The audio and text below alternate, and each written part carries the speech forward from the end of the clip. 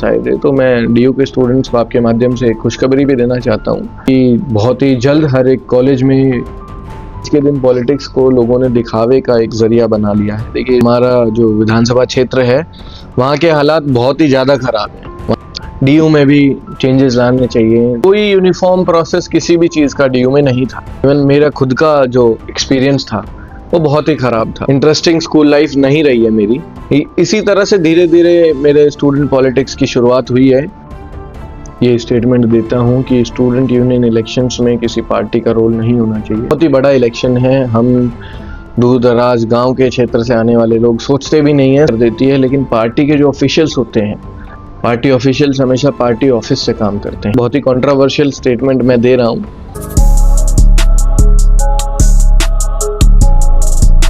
बोला कि बहुत ही साधारण सा आपका उस टाइम पे जीवन रहा है, तो उस टाइम पे आप ड्रीम क्या देखते थे कि जैसे कहीं ना कहीं हम देखें कि कहीं ना कहीं गांव से जो बच्चे आते हैं, तो अगर नॉर्थ इंडिया में हम देखें तो कहीं ना कहीं या तो उनको गवर्नमेंट एग्जाम्स की तरफ बढ़ा दिया जाता है या अपने इंडियन आर्म फोर्सेस की साइड बढ़ा दिया जाता है। तो आपका क्या ड्रीम रहा है उस टाइम पे? देखिए, मैं शुरू से ही थोड़ा पॉलिटिक्स में इंटरेस्ट रखता आया हूँ, स्कूल टाइम से ही।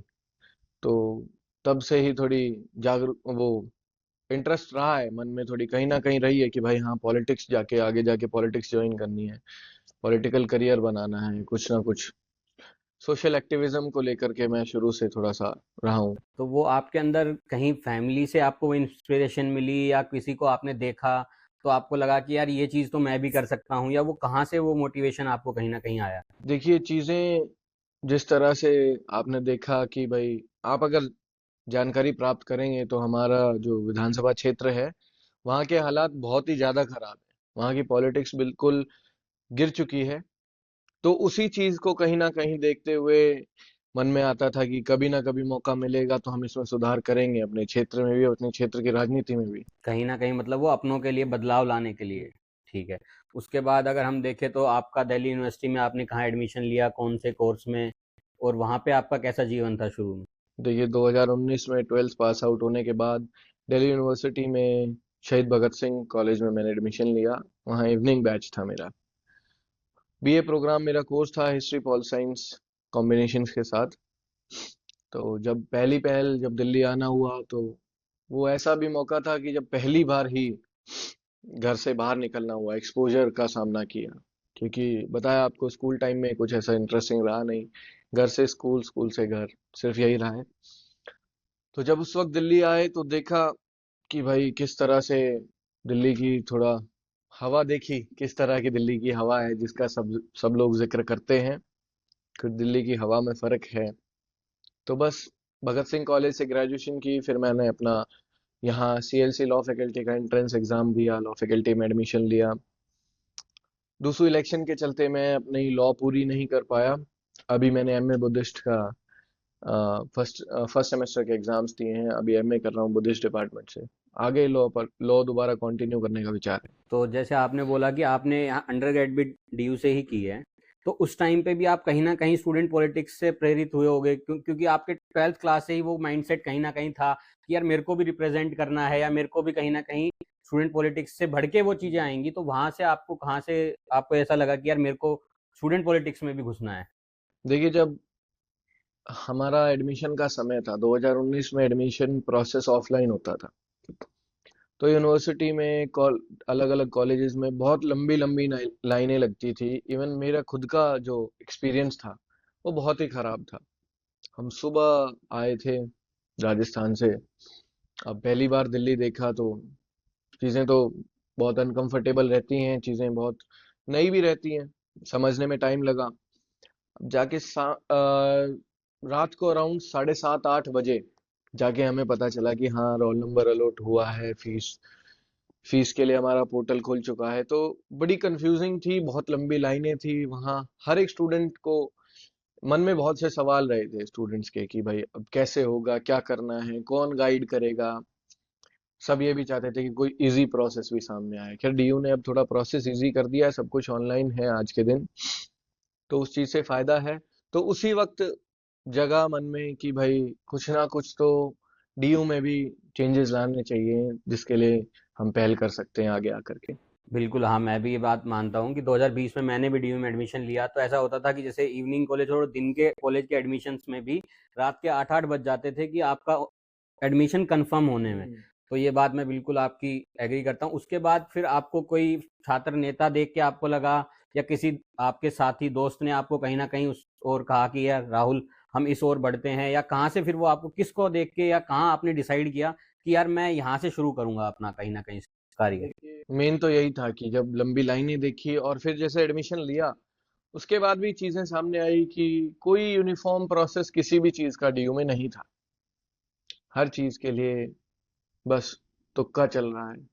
बस जिस तरह धक्का मार के चीजें चलती है, रेलगाड़ी चल रही है, उसी तरह चलाते थे डीयू को। तब दिमाग में आया कि भाई कुछ ना कुछ रिफॉर्म लाने की हम भी कोशिश करें। फिर डूसू इलेक्शन भी एडमिशन के कुछ टाइम बाद ही होता है, तो डूसू इलेक्शन देखा। उस वक्त डूसू इलेक्शन ऐसी चीज है कि नए नए स्टूडेंट को बहुत ही ज्यादा प्रभावित करती है, अपनी तरफ आकर्षित करती है। तो वहां से चीजें और मन में बढ़ी कि भाई हाँ, और एक्टिविज्म में आगे बढ़ना चाहिए। बिल्कुल, मैं मानता हूँ डीयू के स्टूडेंट्स के लिए डूसू का इलेक्शन कहीं न कहीं एक त्योहार की तरह मनाया हम्म। जाता है। तो उससे फिर आपने ये कब सोचा कि अब मैं इलेक्शन लड़ूँगा? कहीं आपने कहीं न कहीं ये कॉलेज के लेवल पे भी कोशिश की थी, या आपने कहीं न कहीं आपके माइंडसेट था कि मैं डूसू का ही इलेक्शन लड़ना चाहूँगा, या बताएँ? देखिए, जब कोविड के टाइम में एग्जाम्स ऑनलाइन नहीं करवाए जा रहे, ऑनलाइन हो रहे थे, लेकिन क्लासेस ऑफलाइन नहीं थी। क्लासेस ऑफलाइन कर दी गई थी, एग्जाम्स अभी ऑफलाइन करने का विचार था, लेकिन 50-50 चल रही थी। तो क्लासेस अच्छे तो से हो उस नहीं रही हाँ, थी। क्लासेस अच्छे से हो नहीं पा रही थी, तो उस वक्त प्रोटेस्ट किया, भूख हड़ताल पे बैठे कि भाई अब ओबी एग्जाम्स हों, ओपन बुक एग्जाम्स अभी भी कंटिन्यू किए जाने चाहिए, क्योंकि दूर दराज के जो स्टूडेंट्स हैं वो दिल्ली नहीं आ पाए, क्लासेस नहीं ले पाए, तो ओबी का ऑप्शन उन्हें मिलना चाहिए। फिर कोविड के बाद जब कॉलेजेस खुलवाने की बारी आई, तब भी हम भूख हड़ताल पे बैठे, प्रोटेस्ट किया। तब इसी तरह से धीरे धीरे मेरे स्टूडेंट पॉलिटिक्स की शुरुआत हुई है। और कोशिश ये थी कि कॉलेज लेवल पे भी चुनाव लड़ने का विचार था, लेकिन कोविड की वजह से चुनाव नहीं हुए थे बीच में, तो नहीं लड़ पाए। फिर अब आगे प्रोसीड तो करना ही था, तो डूसू की तैयारी करी। समझ गया, वो कहीं न कहीं जो कोविड का गैप की वजह से आपने वहाँ की जगह वो डूसू को अपना उसके लिए चुना। तो इसके बाद मैं ये जानना चाहूँगा कि जैसे आपने डूसू के लिए भी 2 बार तैयारी की कहीं न कहीं, तो मैं पर्सनली मैंने भी एक बार इलेक्शन लड़े हैं आत्माराम कॉलेज में, तो मैं मानता हूँ कि वो जो मेहनत आपने 2 बार की, मैं ये जानना चाहता हूँ कि उस मेहनत के लिए आपको मोटिवेशन कहाँ से आई? क्योंकि एक बार आपने कहीं न कहीं अपना जी-जान लगा दिया था, तो वो अपने आप के अंदर वो भूख जगाए रखना वो बहुत बड़ी चीज़ है। तो मैं वो आपसे समझना चाहूँगा कि वो हिट होने के बाद आपने वो मोटिवेशन कहाँ से आप लेके आए एज़ अ स्टूडेंट? कहीं न कहीं एक आपको हिम्मत बार-बार पुश करता रहना होगा आपको, तो वो कैसे किया आपने 1 साल अपने आप को दोबारा बिल्ड कैसे किया? देखिए, जब पिछला चुनाव नहीं लड़ पाया था, उस वक्त पूरा टूट गया था। किसी तरह फिर सबसे अहम मेरा साथ दिया मेरे परिवार ने, क्योंकि जल्दी से मैं एक मिडिल क्लास फैमिली का बच्चा हूँ, तो जल्दी से एक मिडिल क्लास फैमिली इतना बड़ा स्टेप लेने की सोचती नहीं है कि डूसू इलेक्शन जैसा कोई इलेक्शन लड़वा सके, कि बहुत ही बड़ा इलेक्शन है। हम दूर दराज गांव के क्षेत्र से आने वाले लोग सोचते भी नहीं है, सोच भी नहीं सकते हैं जल्दी से इतना, सोचते ही नहीं है कि भाई इस लेवल तक हम कोशिश कर पाएंगे, हम आगे बढ़ पाएंगे, लड़ पाएंगे। तो कहीं ना कहीं फैमिली ने वहाँ मुझे खूब सपोर्ट किया, मेंटली भी। और साथ के साथ जो मेरी टीम थी, टीम ने हमें कभी मेरा साथ नहीं छोड़ा, हमेशा मेरे साथ खड़ी रही। तो मैं अपनी टीम को हर चीज का हमेशा से श्रेय देता आया हूँ, मैं अपनी जीत का श्रेय भी अपनी टीम को देता आया हूँ। अगर टीम नहीं होती तो मैं नहीं जीत पाता, टीम नहीं होती तो मैं दोबारा खड़ा नहीं हो पाता अपने पैरों पे, दोबारा इस इलेक्शन के लिए तैयार नहीं कर पाता तैयारी। इसमें मैं आपसे 2 चीज़ें पहले पूछना चाहूँगा कि जैसे आपने पहली बार अपने दिमाग में ठान लिया कि मुझे डीसू का इलेक्शन लड़ना है, तो उसके बाद आप अपने परिवार के पास गए होंगे, तो आपने अपने परिवार को कैसे कन्विंस किया? कहीं न कहीं जो नॉर्मल हम गाँव से छात्र आते हैं, तो उनका कहीं न कहीं रहता है कि यार मैं अपने पिताश्री को कल को जाके बोलूँगा तो हो सकता है कि वो जो छवि ऐसी है, कहीं न कहीं पॉलिटिक्स की, कि वो आपको दूर करना चाहेंगे उस चीज़ से। तो वो आपने उनको कैसे कन्विंस किया? देखिए, पहले बहुत डर लगता था कि किस तरह से इतने बड़े चुनाव के बारे में बताएंगे घर पे, क्योंकि इतना बड़ा चुनाव लड़ना अपने आप में एक बहुत बड़ा टास्क हो जाता है। वर्ल्ड का सबसे बड़ा स्टूडेंट यूनियन इलेक्शन है, इसको सोचकर भी एक बार को डबल थॉट्स आने लग जाते हैं दिमाग में। लेकिन हिम्मत करके गए, क्योंकि बचपन से मेरे पिताजी बहुत ज़्यादा सपोर्टिव रहे हैं। तो हिम्मत करके गया, सामने बातें रखी। तो उनका यही कहना था, बेटा ट्राई करके देख ले, अगर मेहनत कर सके इतनी, मेंटली इतनी चीज़ें झेल सके, मेंटल प्रेशर अगर ले सकते हो, और कांस्टेंट लेवल पे आप मेहनत कॉन्स्टेंटली आप मेहनत कर सकते हो, तो हम सपोर्ट करने को रेडी हैं। आप अपनी एक बार मेहनत करिए, आजमा के देखिए। बस वहीं से कभी उनकी तरफ से ना नहीं रहा किसी चीज के लिए। उनका यही कहना था कि मेहनत करते रहो, और अगर मेहनत कर सकते हो तो आप चुनाव लड़ो। इसके बाद आपने बताया कि आपकी टीम का भी इसमें बहुत बड़ा योगदान रहा। तो अब हम आपका जो आपने कैंपेन का स्टार्टिंग रहा था उसको भी हम धीरे धीरे ब्रेक डाउन करते हैं। तो सबसे पहले शुरू करते हैं कि आपने अपनी टीम जब डिसाइड किया कि मेरे को इलेक्शन लड़ना है, तो वहां से अपनी आपने टीम बिल्डिंग कैसे स्टार्ट की, वो अगर आप हमें थोड़ा सा बता पाएं कि किसी नए बच्चे को अगर वो चीज़ करनी है तो वो कैसे कर सकता है, अपनी खुद की टीम कैसे बना सकता है। देखिए, कहने को हम टीम कह देते हैं सभी को, लेकिन मैंने एक फैमिली बनाई थी यहाँ पे।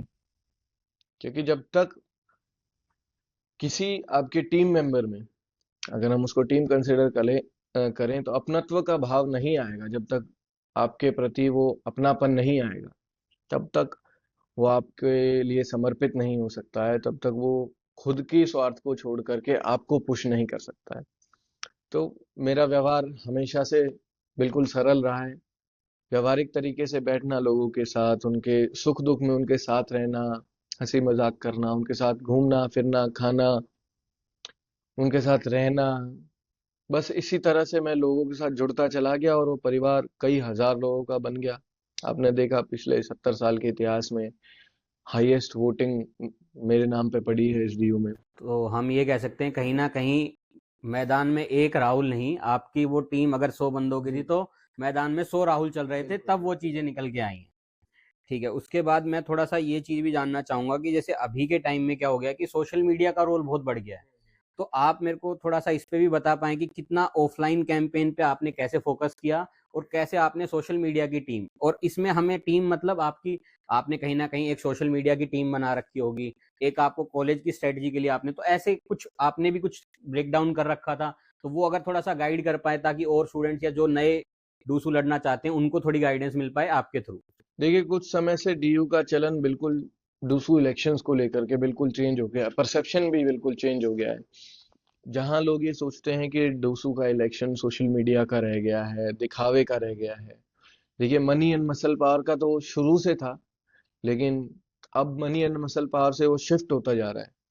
लेकिन ख्याल स्टूडेंट्स के दिमाग में आज ये भी है कि ये सोशल मीडिया का चुनाव रह गया है। लेकिन अगर सोशल मीडिया का चुनाव हो, तो आपके इंस्टाग्राम पे, ट्विटर पे, फेसबुक पे लाखों फॉलोअर्स होते हैं, लेकिन आप सीमित रह जाते हैं वही 10-15 लोगों तक। तो इस तरह से चुनाव नहीं लड़ा जाता है। हमने कभी भी ग्राउंड पर, कॉलेजेस में जाना नहीं छोड़ा, लोगों के बीच बैठना नहीं छोड़ा। सोशल मीडिया सेकेंडरी लेकर के चले हैं हम, कि चलो सोशल मीडिया से हम रीच आउट बड़े लेवल पे कर सकते हैं। इजी इजी वे है सोशल मीडिया के थ्रू रीच आउट करना। जहां मैं पर्सनली 10 लोगों से मिल सकता हूँ, वहां मैं उस वीडियो को सोशल मीडिया पे पोस्ट करके 1000 लोगों तक, 100 लोगों तक पहुंचा सकता हूँ। तो वो एक इजी, एक अच्छा माध्यम है। लेकिन उसी को हमें पूरा सोर्स सोर्स नहीं बना लेना चाहिए डूसू चुनाव का। मैं तो आने वाले डूसू कैंडिडेट्स के लिए भी यही सलाह देता हूँ कि सोशल मीडिया को छोड़ करके ग्राउंड पे एक्टिव रहें, स्टूडेंट्स के बीच रहें, उनकी समस्याएं सुने, उनको एड्रेस करने का काम करें। जिस तरह पिछले 2.5-3 साल मैंने समस्याएं एड्रेस करी, जो आपसे बन पड़े वो करें। इसमें मेरे को दो चीज पता चली कि एक तो आप कह रहे हैं कहीं ना कहीं कि आपने ग्राउंड लेवल पे वो पकड़ को बहुत स्ट्रोंग रखा। आप वो हाँ जी। अनगिनत राहुल अगर बना देंगे, हाँ।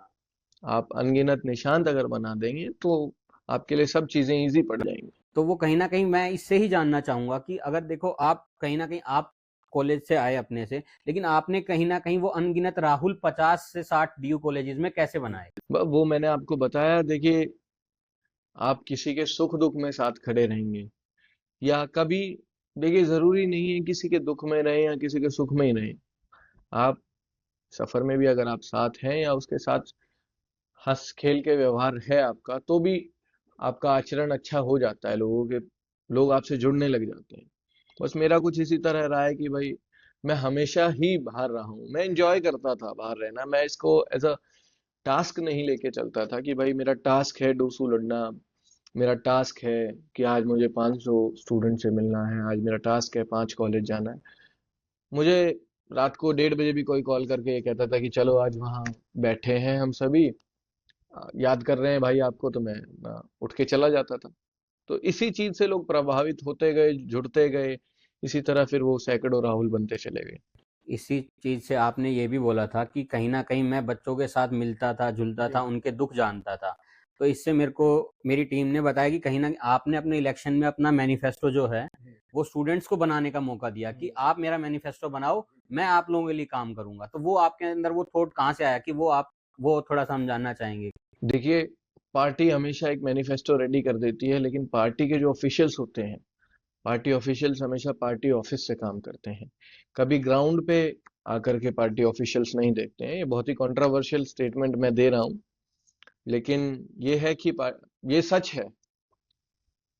तो जो समस्या स्टूडेंट फेस कर रहा है वो एक स्टूडेंट ही बता सकता है, ना कि कोई ऑफिस बेयरर या कोई दूसरा ऑफिस बेयरर।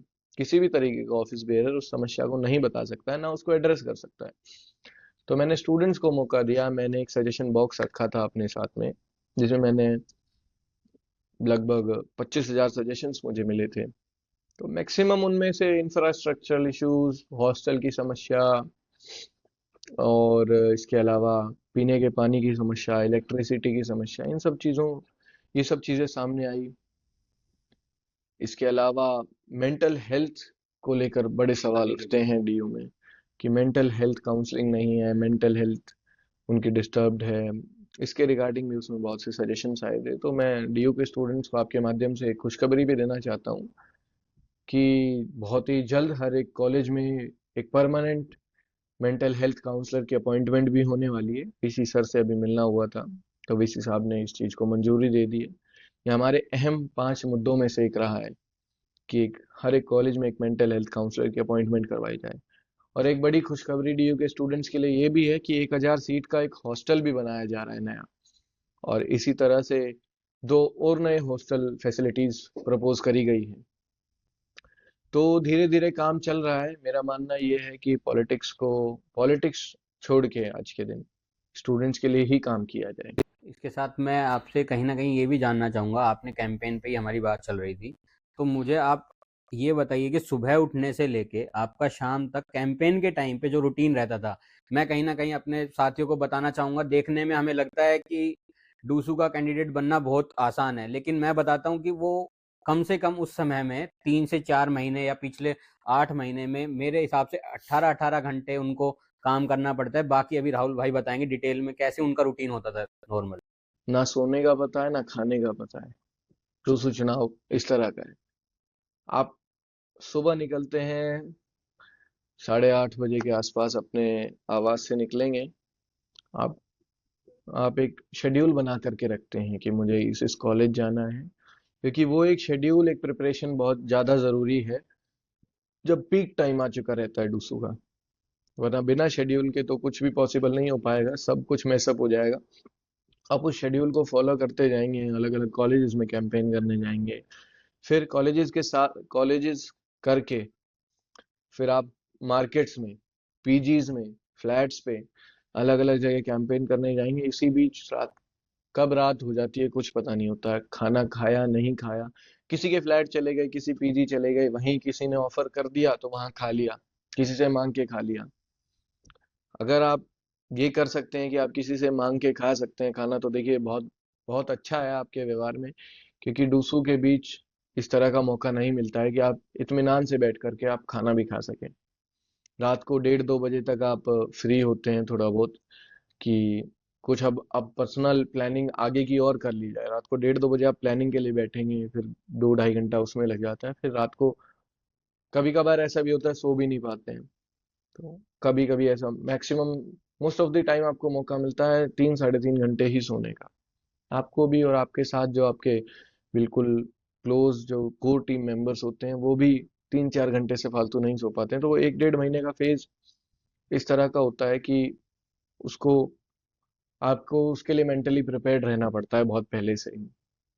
लोग नाराज भी होते हैं, उनकी नाराजगी दूर करनी पड़ती है। 100 तरीके के सवाल भी किए जाते हैं, फिजिकली भी आदमी परेशान रहता है, मेंटली भी परेशान रहता है। सब चीज को टैकल करके एक मैनेज करके चलना पड़ता है। इसके साथ ही मैं एक चीज़ और जानना चाहूँगा, जैसे आपने बोला कहीं न कहीं कोर टीम, मैं मानता हूँ कि कहीं न कहीं आपको बिल्कुल 100 राहुल आपके साथ जुड़ के चले होंगे, पर फिर भी कहीं न कहीं आपको व्यवस्था को अच्छा बनाने के लिए कहीं न कहीं एक 5 से 6 लोगों को एक पोर्टफोलियो देना पड़ता है ताकि आपकी चीज़ें अच्छे से एग्ज़ीक्यूट हो। तो वो आपके पास कितनी टीम थी या कितने लोग थे जो अलग-अलग चीज़ें सँभाल रहे थे और वो कौन-कौन सा डिपार्टमेंट कहीं न कहीं था? नाम आप ना बताइए, डिपार्टमेंट, ताकि कोई करना चाहे तो वो अपनी टीम को भी ऐसे ब्रेक कर सकता है आगे। देखिए, ऐसे अगर हम काउंट करें तो हम इसको इसकी गिनती नहीं ले पाएंगे, लेकिन मैंने अपने इलेक्शन कैंपेन्स जब स्टार्ट किया था उस वक्त एक ट्री फॉर्मेशन बनाई थी कि मैं हूं, फिर जो मेरे फ्लैटमेट्स हैं, जो मेरे फैमिली मेंबर्स हैं, जो मुझसे उम्र में बड़े हैं, कि मैं उनसे डिस्कस करूंगा चीजें। और फिर डीयू में अलग अलग कैंपसेस वाइज मुझे पांच सात 10 मेरे साथी थे जो उन सब से जुड़ा। उन सब से फिर मैं ऑल कॉलेजेस के स्टूडेंट से जुड़ा, तो एक चेन बनती चली गई। इसी तरह से उस चीज को मैनेज किया जाता था कि ऊपर हम जो बात कर रहे हैं वो नीचे उन तक सर्कुलेट हो, फिर आगे सर्कुलेट हो, फिर चीजें ऐसे स्टेप वाइज चल रही थी, तभी मैनेज हो पाती हैं, वरना नहीं हो पाती है। तो आपको कम से कम ये लगा लीजिए 100 लोग तो मिनिमम आपको चाहिए इस चेन में। और अगर ज्यादा हो जाए तो बहुत ही अच्छा है, क्योंकि मेरे पास तो बहुत लोग थे, मेरे लिए बहुत लोग खड़े थे निस्वार्थ। सब लोगों ने साथ दिया है, तो एक कोर टीम को मैं काउंट नहीं कर सकता हूँ। नहीं, नहीं, मैं बिल्कुल आपकी बात उस चीज़ को मानता हूँ कि वो तो हम स्ट्रैटेजी के लिए हमें करना पड़ता है। तो इसके साथ ही आपने एक चीज़ और बोली कि कहीं न कहीं जो माँग के खाने की अगर आपके अंदर हिम्मत है किसी से, वो ग्राउंडेड उस लेवल पे होना बहुत ज़रूरी है। उसके साथ-साथ एक चीज़ मैं आपसे जानना चाहूँगा कि अभी डीयू में इलेक्शंस की छवि कहीं न कहीं ऐसी हो गई है, तो वो रिजेक्शंस आप कैसे फेस करते थे कि कहीं न कहीं आप स्टूडेंट के पास जाते हो, तो आप एक बार वो आपको वेलकम करेगा, दूसरी बार आप जाते हो तो वो फिर थोड़ा-सा आपसे दूर हो जाता है, तीसरी बार जाता है तो रास्ता बदलने को, तो वो रिजेक्शन कहीं न कहीं आपके उसको ओवरकम कैसे करते हो आप? लोगों को लगता है कि ये सब कहीं न कहीं उनके लिए आसान है, लेकिन आप तीसरी बार जब आप दिन-रात मेहनत करते हो और ऐसे रिजेक्शन आपको देखने को मिलता है, तो आप उसको कैसे अपने माइंड को समझाते हो कि नहीं, मेरे को ओवरकम करके आगे बढ़ना है, इनके लिए ही मेरे को लड़ना है? देखिए, जिस मोटिव के लिए हम निकले हैं, रवाना हो चुके हैं, जिस रास्ते पर चल चुके हैं मंजिल पाने के लिए, तो उस मोटिव के बीच में चाहे कितने भी रुकावटें आए, मंजिल के बीच में ओवरकम आपको करनी ही है। तो बस यही चीज की यही हमारी मंजिल है, ये हमें काम करना है। उस चीज को बार बार सोच करके ही ये जितने भी रिजेक्शंस हैं हम इनको इग्नोर करते हुए, उससे टैकल करते हुए आगे बढ़ जाते थे। कहीं फेस करना पड़ता था कि भाई कोई स्टूडेंट नहीं एग्री करता साथ चलने को या बात करने को, तो उसके साथ, क्योंकि यूजुअल बात है कि डूसू कैंडिडेट के साथ हमेशा से 15-20 लोग चलते आए हैं। तो उस वक्त आप वो 15-20 लोगों को साइड रख करके आप अकेले जाएं, उसके साथ अकेले में बैठ करके बात करें, तो बहुत फर्क पड़ता है। वो स्टूडेंट के दिमाग में जो एक डूसू कैंडिडेट की या डूसू ऑफिस बेयरर की जो नेगेटिव इमेज होती है उसको क्लीन करने का बहुत काम करती है वो। और इसके साथ मैं कहीं न कहीं एक सुझाव आपसे और माँगना चाहूँगा कि हर बंदा डूसू तो नहीं लड़ सकता, लेकिन जो भाई हमारे कहीं न कहीं कॉलेज लेवल पर इलेक्शन लड़ रहे हैं, तो उनको अगर आप बता पाओ, क्योंकि कहीं न कहीं उनके लिए वो रिजेक्शंस बहुत ज़्यादा हो जाते हैं, तो उनको आप थोड़ा-सा अगर एज़ अ बड़ा भाई गाइड करना चाहें कि आप ये चीज़ें करके इन चीज़ों को अपने में अपना के आगे बढ़ सकते हो, तो उनके लिए आप कुछ गाइड कहीं न कहीं करना चाहें? देखिए, मैंने आपको कुछ देर पहले भी बताया कि डूसू का चुनाव या किसी कॉलेज बॉडी का चुनाव भी आज के दिन मनी एंड मसल पावर का चुनाव बोला जाता है। तो आप उसको बिल्कुल साइडलाइन रखते हुए, बिल्कुल ग्राउंडेड होकर के, अगर आप जो किसी स्टूडेंट की समस्या है उसको खुद फेस करके देखें, अपने ऊपर लेकर के देखें और उसकी गहराई तक जाएंगे, तो आपसे स्टूडेंट्स कनेक्ट भी करेंगे। आप उस समस्या का निवारण भी ढूंढेंगे और निवारण तक लेकर भी जाएंगे उसको। उसके बाद कहीं न कहीं डूसू के इलेक्शन से जस्ट पहले एक दिन माना जाता है शक्ति प्रदर्शन का दिन। तो उसको अगर आप थोड़ा-सा बता पाएँ और उसमें क्या चीज़ें होती हैं, क्या नहीं? तो उसका थोड़ा आप बच्चों को बता पाएँ कि देखिए, शक्ति प्रदर्शन तो ये एक अनऑफिशियल टर्म है। शक्ति प्रदर्शन एक अनऑफिशियल टर्म यूज करी जाती है। हर एक पार्टी, देखिए मैं इस चीज के सख्त खिलाफ हूँ। मैं हर जगह ये स्टेटमेंट देता हूँ कि स्टूडेंट यूनियन इलेक्शंस में किसी पार्टी का रोल नहीं होना चाहिए। लेकिन यहाँ भी हर जगह पार्टी का इन्वॉल्वमेंट है। मैं भी एक पार्टी से एफिलिएटेड हूँ।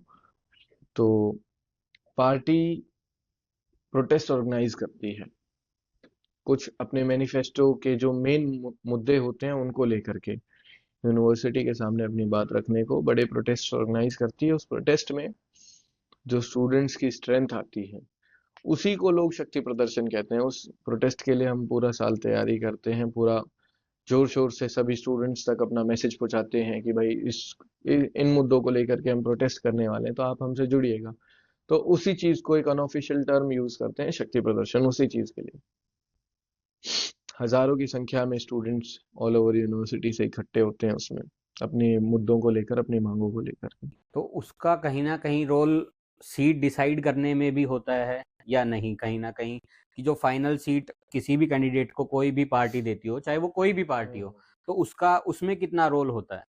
देखिए, शक्ति प्रदर्शन या एक मेगा प्रोटेस्ट का इस बीच कोई रोल नहीं होता। पार्टी के अपने क्राइटेरियाज होते हैं जो पार्टी के ऑफिशियल्स को ही पता होते हैं। इवन आपको और मुझे भी, या बाकी दूसरे ऑफिस बेयरर्स को भी उन क्राइटेरियाज का नहीं पता है। तो पार्टी के अपने क्राइटेरियाज होते हैं टिकट डिस्ट्रीब्यूशन के।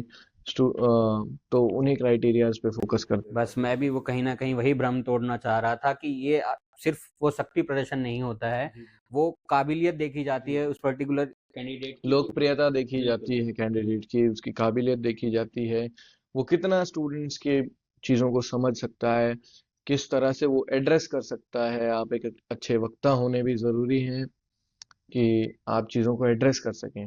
अगर आप सिर्फ समझ सकते हैं और एड्रेस नहीं कर सकते हैं तो उसका यूज़ बहुत ही कम है। आपने बताया कि क्या-क्या स्किल्स, तो मेरे को आप किसी बच्चे को अगर इस चीज़ में आना है तो 3 से 4 स्किल्स या 5 स्किल्स आपके अकॉर्डिंग कौन से ज़रूरी हैं कि किसी भी छात्र नेता या कहीं भी आपको छात्रों को रिप्रेजेंट करना है, तो वो कौन से 4 से 5 स्किल्स है जो कहीं न कहीं काम करना चाहिए? अगर आप में नहीं है, तो आपको ये चीज़ें अच्छी करनी चाहिए। आपके अकॉर्डिंग वो कौन से 4 से 5 स्किल्स हैं? देखिए, सबसे पहले तो आपको चीज़ें एनालाइज करनी आनी चाहिए। चीज़ें अगर आप एनालाइज नहीं कर पाएंगे तो आप कभी किसी चीज़ पे फोकस ही नहीं कर पाएंगे। एनालाइज नहीं करेंगे तो आप उसके बारे में जान नहीं पाएंगे। सब गहराइयों तक, जड़ तक जाना आना चाहिए। दूसरा, आपको चीज़ें एड्रेस भी करनी आनी चाहिए। आप एक अच्छे वक्ता होने चाहिए।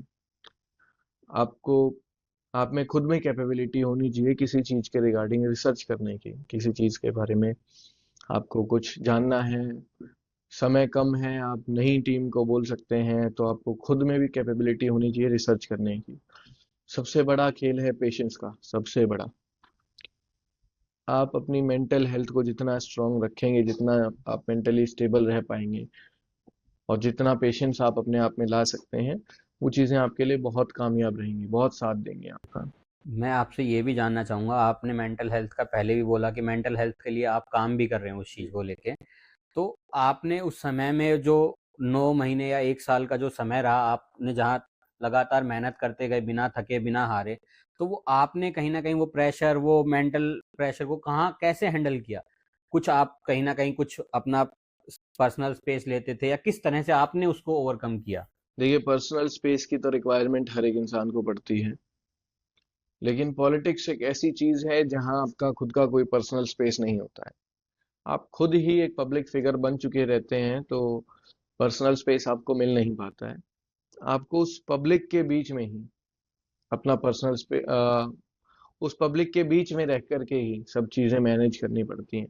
उस पब्लिक को ही अपना पर्सनल स्पेस बनाना पड़ता है, जब जाके आप चीजें आगे बढ़ा पाएंगे और आप खुद भी आगे बढ़ पाएंगे। आप वहीं बीच में रह करके चीजें संभालना सीखें। मैंने आपको बताया कि आपको चीजें एनालाइज करना और चीजें टैकल करना आनी चाहिए, तो आप इजीली आगे बढ़ेंगे।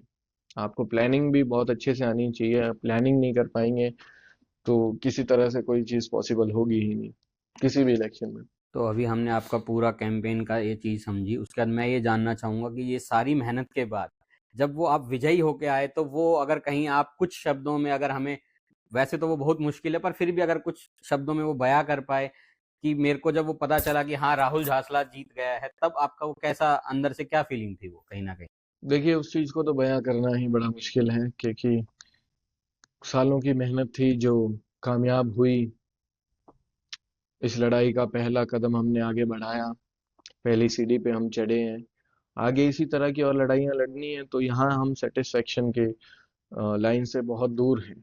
कि अभी हमें सेटिस्फेक्शन नहीं मिला है, मुझे सेटिस्फेक्शन नहीं मिला है कि मैं कुछ कह दूं या कि कुछ इसके रिगार्डिंग स्टेटमेंट दे दूं। मुझे और भी आगे लड़ाइयाँ लड़नी है, तो मैं आगे और लड़ता रहूंगा। तो अभी आपका कुछ शॉर्ट टर्म गोल है आगे की 5 साल में या 10 साल में, आप कहाँ अपने आप को देखते हैं, करना चाहते हैं?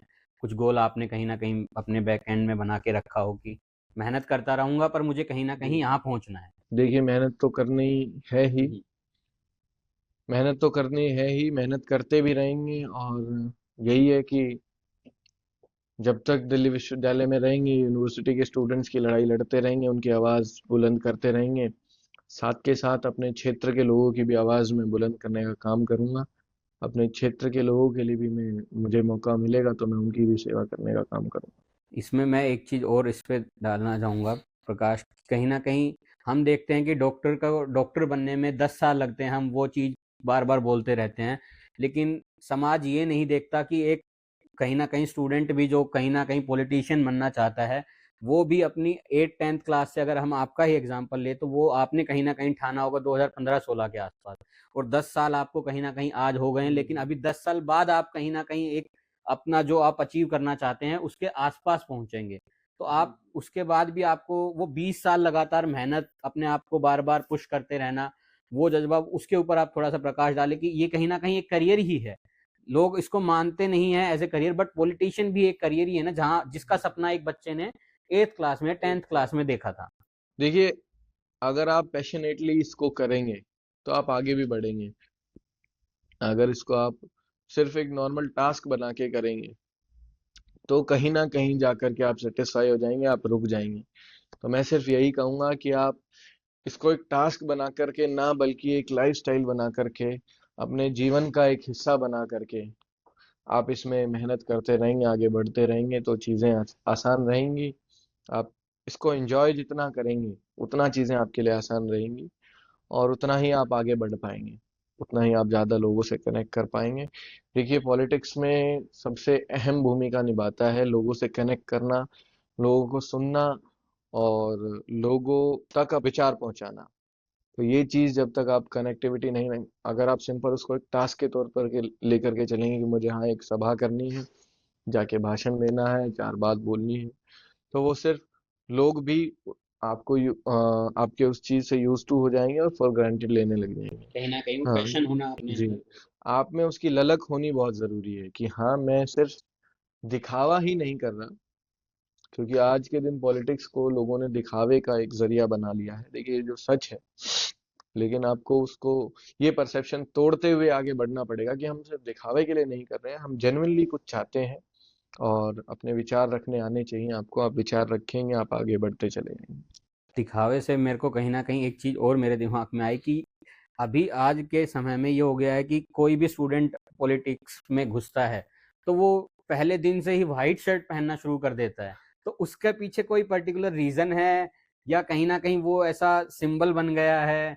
तो उसके ऊपर आप क्या कहना चाहेंगे कि ये, इसमें देखो मैं ये भी मानता हूँ कहीं ना कहीं कि वो एक एक ही रंग में, या मतलब आप इस पे क्या कहना चाहेंगे? देखिए इसको तो एक सिंबल ही बना के छोड़ा हुआ है, व्हाइट शर्ट को सिंबल बना रखा है। किसी को पॉलिटिक्स में जाना है तो सब सफेद कुर्ता पजामा, सफेद कपड़े। लेकिन सफेद कपड़ों से और सफेद कुर्ता पजामा से आपके आचरण का पता नहीं चलता है।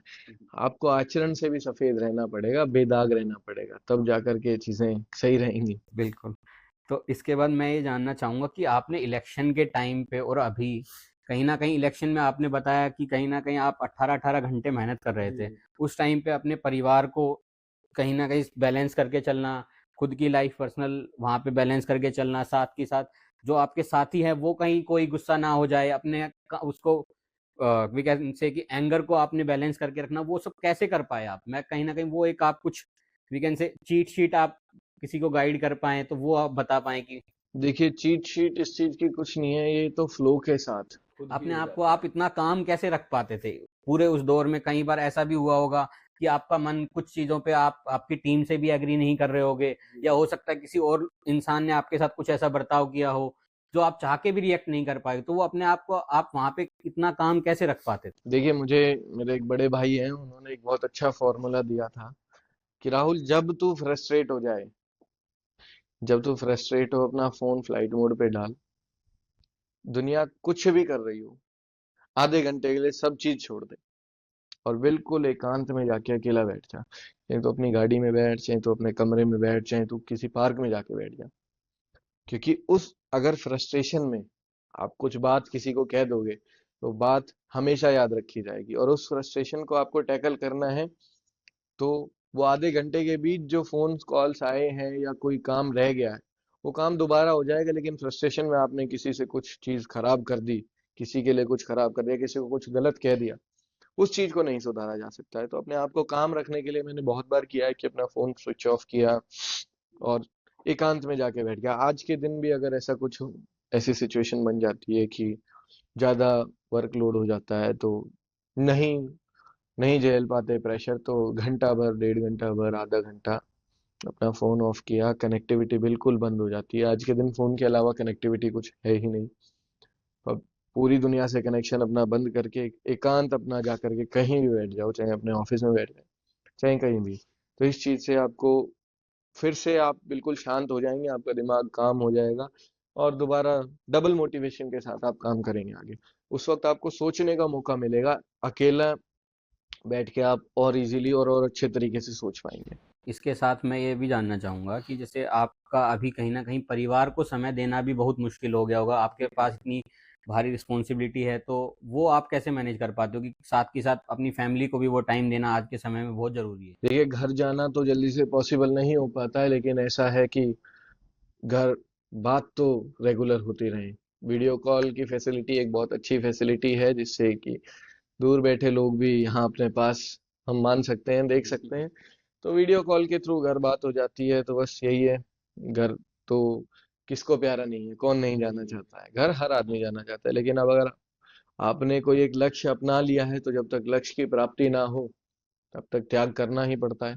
इसके साथ मैं ये भी जानना चाहूँगा कि आपकी और जैसे एक आप अभी जो पूरी टीम है उसमें एनएसयूआई के सिर्फ अकेले आप ही कैंडिडेट हैं, तो आपकी और ऑफिस बियरर्स के साथ कैसी क्या बातचीत है? क्योंकि बाहर कहीं ना कहीं एक नॉर्मल आप कॉलेज के स्टूडेंट के माइंडसेट में देखोगे तो उसका ये रहता है कि ये लोग तो आपस में बात ही नहीं करते होंगे, तो उसका ऊपर आप क्या, कि आपकी कैसी बातचीत है और ऑफिस बियरर से? देखिए, जब डूसू इलेक्शन जीत के हम चारों ऑफिस बेयरर्स निकले थे, तब भी पहला सवाल मुझसे यही पूछा गया था कि 3 ऑफिस बेयरर एबीवीपी से जुड़े हुए हैं, एबीवीपी से, और मैं अकेला एनएसयूआई से जुड़ा हुआ हूँ, तो हम किस तरह काम करेंगे। मेरा स्पष्ट जवाब यही था कि हमें स्टूडेंट्स ने चुना है अपने मुद्दे एड्रेस करने को, अपने अपनी समस्याओं का हल निकलवाने को, कहीं ना कहीं हम उनके लिए काम करने वाले हैं।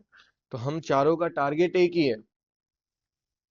तो चाहे बात करके काम पूरा हो, चाहे बिना बात किए काम पूरा हो, कोशिश यही रहती है कि हम चारों आपस में बात करते हैं, हमारी बात होती है आपस में। हमारा कोऑर्डिनेशन पिछले डूसूज से काफी अच्छा है। पहले डूसू के इतिहास में लड़ाइयाँ भी बहुत हुई हैं आपस में, डूसू ऑफिस बियरर्स की, लेकिन हमारा आपस का कोऑर्डिनेशन अच्छा है, हम चीजें डिस्कस करते हैं। अब हम अगर देखें तो डीयू का करिकुलम जो है उसमें लेटेस्ट आजकल एआई सबसे ज़्यादा ट्रेंडिंग है, चाहे भारत में हो चाहे विश्व में।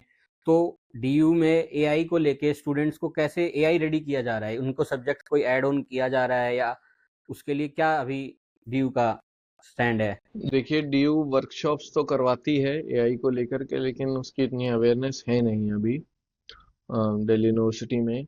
मैं डीयू ने सैकवैक के सब्जेक्ट्स अपनाए थे 2020 एनईपी के तहत, लेकिन आज भी बहुत से स्टूडेंट्स को उस सैकवैक की वजह से बहुत सी समस्याएं फेस करनी पड़ती हैं, क्योंकि ना ही टीचर्स को उतनी नॉलेज है उन सब्जेक्ट्स के बारे में।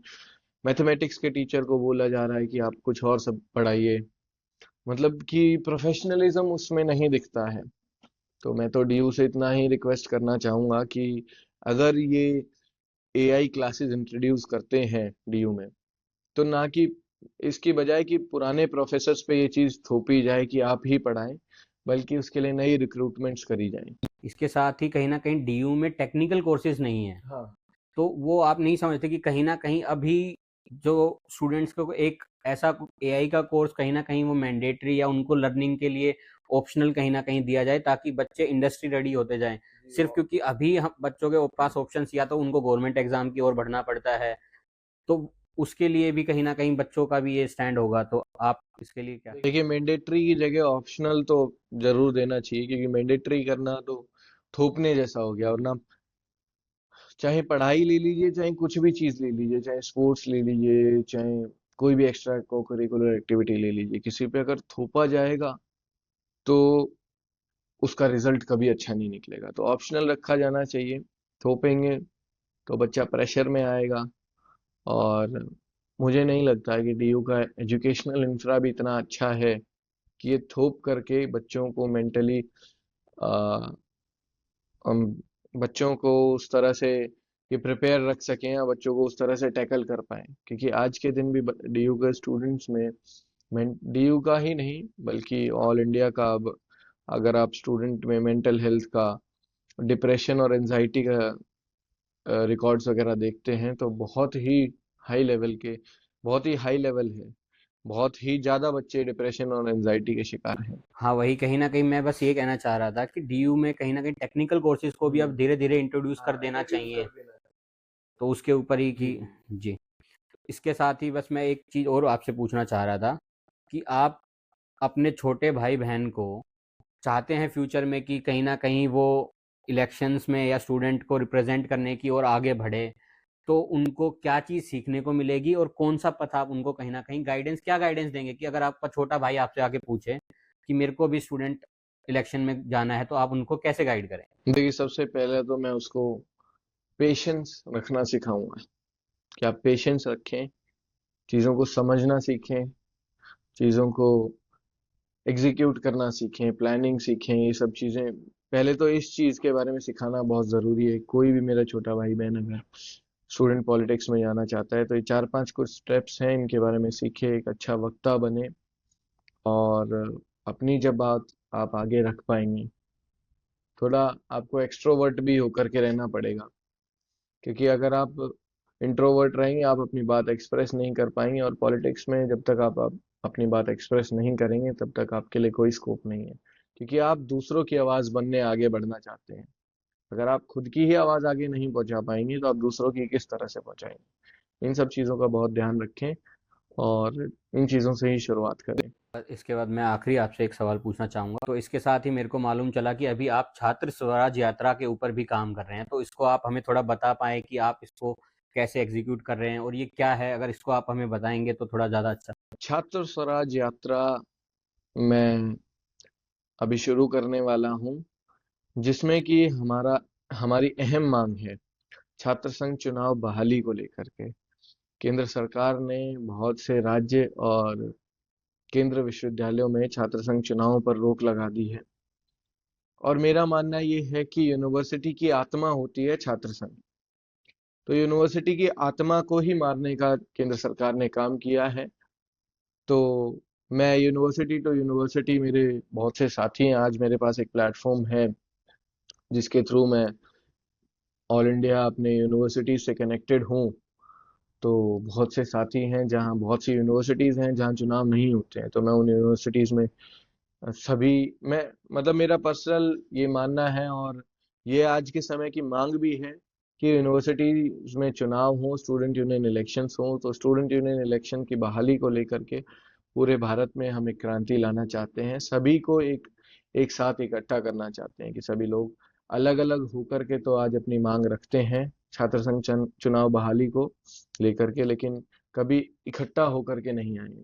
केंद्र सरकार को हम घेरने का काम करेंगे इस चीज को लेकर के, कि छात्र संघ चुनाव बहाल किए जाएं। इसके साथ ही आपने बताया कि आप छात्रों के लिए ये कदम उठा रहे हैं, तो जो छात्र इस यात्रा में आपके साथ कहीं ना कहीं जुड़ना चाहें, तो उसके लिए अगर आप हमें कुछ बता पाएँ कि वो आपके कोई टीम से कनेक्ट करें या किसी और देखिए, तरीके से जो आपसे जुड़ना चाहते हैं इस यात्रा में। जो भी हमारी इस यात्रा से जुड़ना चाहते हैं, वो डायरेक्टली मुझे मेरे नंबर पे व्हाट्सएप टेक्स्ट करके या कॉल करके जुड़ सकते हैं, या फिर मेरी सोशल मीडिया के माध्यम से मुझे मैसेज करके और इस यात्रा के साथ जुड़ सकते हैं, इसका हिस्सा बन सकते हैं।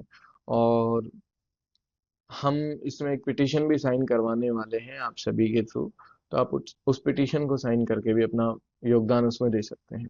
धन्यवाद राहुल भाई, बहुत बहुत धन्यवाद आपका समय देने के लिए। और मैं आप सभी को भी बताना चाहूँगा कि इस पॉडकास्ट का हमारा सिर्फ एक ही मकसद था, ताकि कोई भी स्टूडेंट जो गांव से आ रहा है और उसको भी अगर स्टूडेंट पॉलिटिक्स में एंटर करना है, तो हमारे पास राहुल भाई से अच्छा कोई ना कोई गाइड अभी नहीं है, क्योंकि इन्होंने उस सफ़र को कहीं ना कहीं 2 बार तय किया है, और इनसे अच्छा गाइड आज के टाइम पे हमें कोई नहीं कर पाएगा। तो हम कहीं ना कहीं वो बिल्कुल ग्राउंडेड चीज़ें आप तक लाना चाह रहे थे। तो धन्यवाद राहुल भाई।